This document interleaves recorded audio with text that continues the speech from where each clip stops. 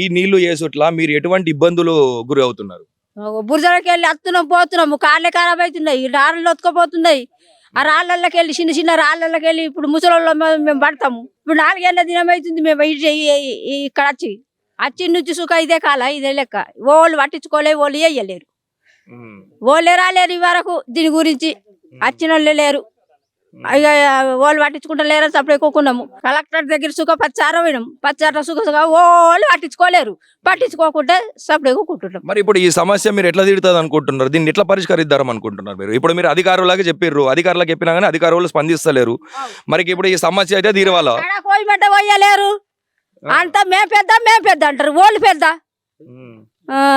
మరి వాళ్ళు పెద్ద ఉంటే మాకు ఏం చేస్తలేరు. మేము రకరకాల కష్టం చేసుకుంటున్నాం, తింటున్నాము. మరి మాకు అన్నం పెట్టిన వాళ్ళు లేరు, సున్నం పెట్టిన వాళ్ళు లేరు.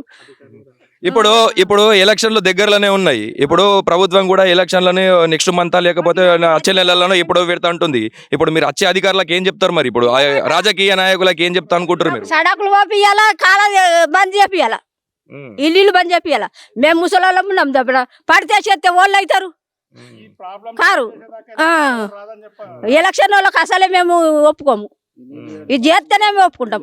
కార్పొరేటర్ ఉంటాడు కదా, మరి కార్పొరేటర్ కి మీరు చెప్పలేరా? కార్పొరేటర్ ఇడికి రాలేరా? పట్టించుకోలేదు అయ్యా, ఎంత అన్నా కానీ పట్టించుకోలేరు. పట్టించుకోకుండా కానీ సపరేక ఇక ఊకున్నాం కానీ పని లేదా, ఊకొడతారు అన్నట్టు అంటారని సపడే కూకున్నాం. ఇప్పుడు నెక్స్ట్ కార్పొరేషన్ ఎలక్షన్లు వస్తున్నాయి మళ్ళీ, ఇప్పుడు వాళ్ళు వస్తారు, వాళ్ళకి ఏం చెప్తావు నువ్వు? వాళ్ళకి ఇదేమాట చెప్తా, మాకు సడక్ వేపియాలా, ఇదంతా మంచిగా కాలా బంద్ కావాలా.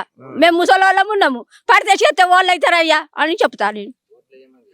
ఓట్లు వేయనే వేయం, మరి అసలు వేయం, ఇది చేస్తేనే వేస్తాం.